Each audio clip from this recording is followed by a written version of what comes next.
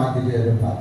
அப்ப தேவன் வெளிச்சத்திலே தேவனுடைய பிள்ளைகள் நீதியை கொண்டு வந்து நியாயத்தை பட்டத்தாக்களை போல அவர் விளங்க பண்ணுகிற தேவனாகிறார். அதை நாம் என்ன செய்ய வேண்டும்? நம்முடைய வழியை கர்த்தருக்கு ஒப்புவிக்க வேண்டும். கர்த்தருடைய பிள்ளைகளுடைய வழியை கர்த்தருக்கு ஒப்புவிக்க வேண்டும். நம்முடைய வியாபாரத்தை கர்த்தருக்கு ஒப்புவிக்க வேண்டும். நம்முடைய தொழிலை கர்த்தருடைய வழிக்கு ஒப்புவிக்க வேண்டும். நம்முடைய பிள்ளைகளை நாம் கர்த்தருக்கு என்ன சொல்ல ஒப்புக, கணவனும் கர்த்தருக்கு வழியை ஒப்புவிக்கணும், மனைவி கர்த்தருக்கு வழியை ஒப்புவிக்க வேண்டும். இப்படி நாம் அவருக்கு வழிகளை ஒப்புவிக்கின்ற பொழுது அவர் மேல நம்பிக்கையா இருக்கும் பொழுது அவர் நம்முடைய காரியங்களை வாய்க்கப்படுகிற தேவனாக இருக்கிறார். அப்போ பிள்ளைகளின் வழிகளை கர்த்தருக்கு நாம் என்ன செய்ய வேண்டும்? ஒப்புவிக்க. நம்ம எதை செய்தாலும் அதை கர்த்தருக்கு ஒப்புவிக்க வேண்டும். இப்ப நம்ம போறோமா, ஒரு காரியத்தை செய்ய போறோமா, ஒரு பிசினஸ் பண்ண போறோமா, ஒரு வேலைக்கு போறோமா, அடுத்த வழிகளை எல்லாம் பாதுகாக்கணும். நம்முடைய வழிகளை கர்த்தருக்கு ஒப்புவிக்க வேண்டும்.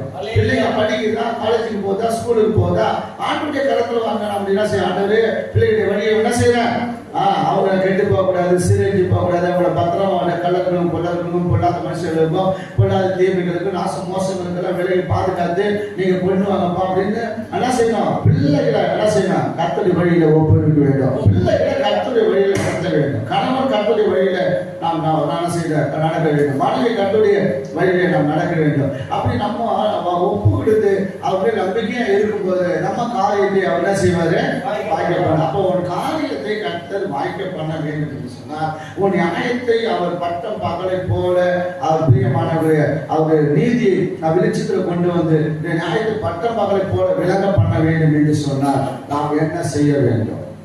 சங்கீதம் 1வது சங்கீதத்தில் 2வது வசனம் 3வது வசனத்தை வாசிக்கின்ற பொழுது கர்த்தருடைய வேதத்தில் பிரியமாய் இருந்து இரவும் பகலும் அவருடைய வேதத்தில் தியானமாய் இருக்கிற மனுஷன் பாக்கியம்.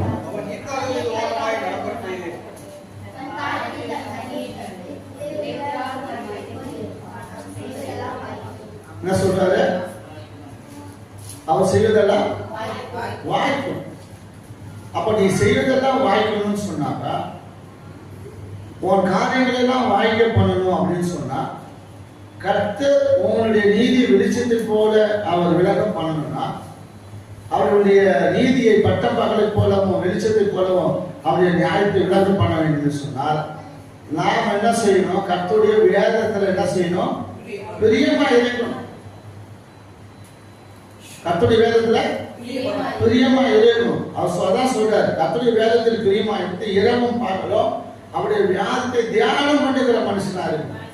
அப்போ தேவனுடைய பிள்ளைங்க என்ன செய்யணும்? ஒவ்வொரு நாளும் வேதத்தை நம்ம செய்யணும்,